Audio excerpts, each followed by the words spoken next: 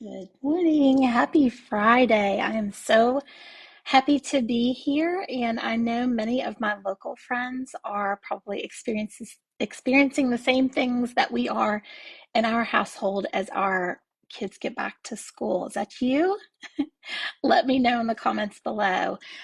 So happy to be here to share with you something that I hope you find beneficial as our summer has ended. Maybe yours isn't quite there yet, but maybe you can start thinking about that and have a better plan moving forward. But as you know, during the summertime, it is a time where we are focused on lots of activities, being outdoors, doing a little traveling, being with our friends and family. And it's often a time where you may be asking yourself, what day is it? What time is it? Is that you? That has been me all summer. Every day I was like, what day is this? I don't even know. It's like one big long weekend for many of us. Is that you? Well, when we send our kids back to school, it often pumps the brakes on all of that, right? We go from doing pretty much whatever we want to all of a sudden having a structure and a schedule that we have to stick to. We have to get up at certain times. We have certain responsibilities maybe that we don't have during the summer. And it is a total 180, right? So, what do we do with that? Especially, I'm talking to you moms out there that have school age children, even if they're teenagers like mine, it often leaves us reeling like, what did I do with my time over the summer? Maybe over the summer, you found that you weren't feeling as confident in your skin or in your bathing suit as you wanted to. Maybe you didn't have quite the energy that you wanted to keep up with your kids or do some of the fun things that the summer provides for us opportunity wise. Maybe the summer offered you to open your eyes a little bit more to new possibilities, new activities that you want to try. And maybe you want to just tweak your health a little bit. Beginning of school for me has lots of mixed feelings. I am sad that our lazy days, our lazy unscheduled days are over, but I'm also excited to not live in the kitchen multiple times a day for multiple meals a day. And yes, I know if I have teenagers, they can make their own meals. I'm fully aware of that. It's something I love cooking, but I live in the kitchen, and that has not been really great for me.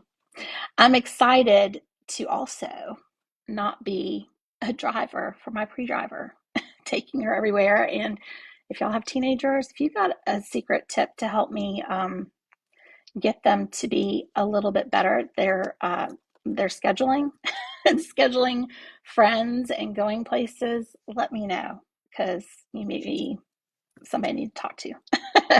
um, so anyway, those are the reasons why I'm a little bit excited that summer is over and we're getting back into structure. So I wanted to share some ways that you, if you're a busy mom or dad, can get back to you. And even if you're not, if you're someone that just is back into structure after not having so much of a structure, this could be for you too. So I'm here to help you get back to prioritizing your goals in your health. So these are just a few tips that I came up with.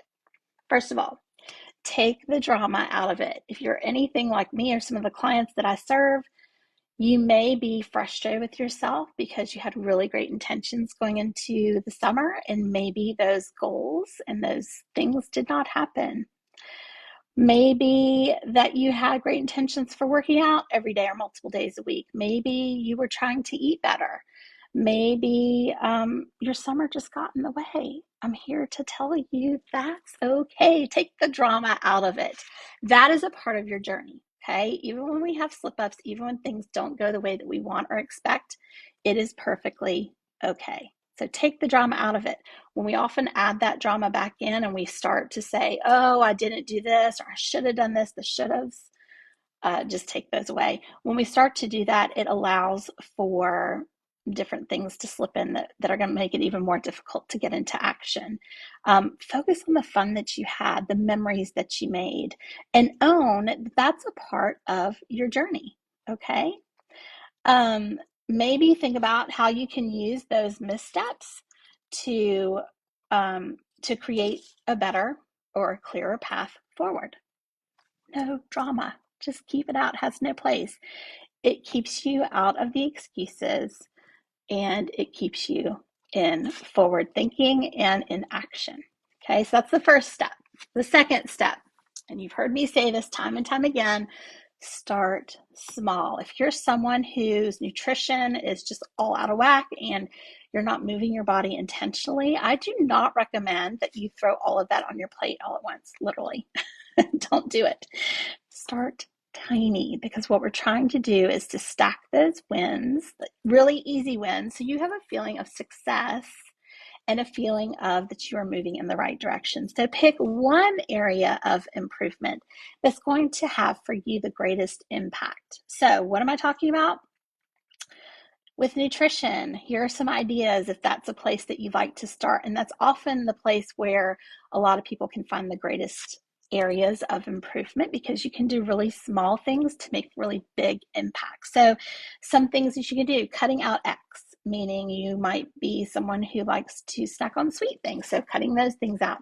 Or it might be like carby things like crackers, chips, that kind of thing. Just pick one thing. Say, I will not have X this week. It sounds so small, but you'd be surprised. Eating that kind of junk really kind of causes cravings. It's going to cause you to eat more of that type of thing. So if you start eliminating one by one those things, you are going to feel better. You're going to kind of listen to your body cues a little bit better and not give into some of the things that may be throwing you off. Another thing you can do for nutrition, simple: add in more veggies, add in more fruits. Super easy with every meal. Doesn't have to be a ton. Just do like a handful of whatever that is for you.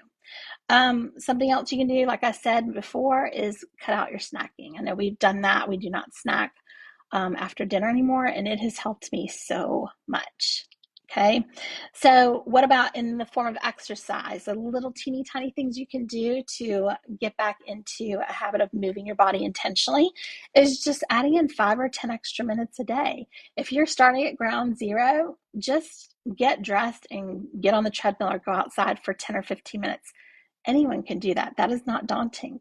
Do that for a week. Then the next week, add on a little bit more. It doesn't have to be huge. You don't have to go and start 45 minutes an hour. Start small. Build that habit. Build that becoming the person that you're trying to become, and build that belief and trust in yourself. Also, try a new exercise. That's something new. I know we are going to we brought our kayaks home. We're going to start doing some kayaking on Lake Lanier. And so I'm super excited about that. That's something that I watched other people do this summer. I was like, I really want to get to doing that. We have kayaks that have been living at the lake in storage and not being put to use. So we're going to start using those.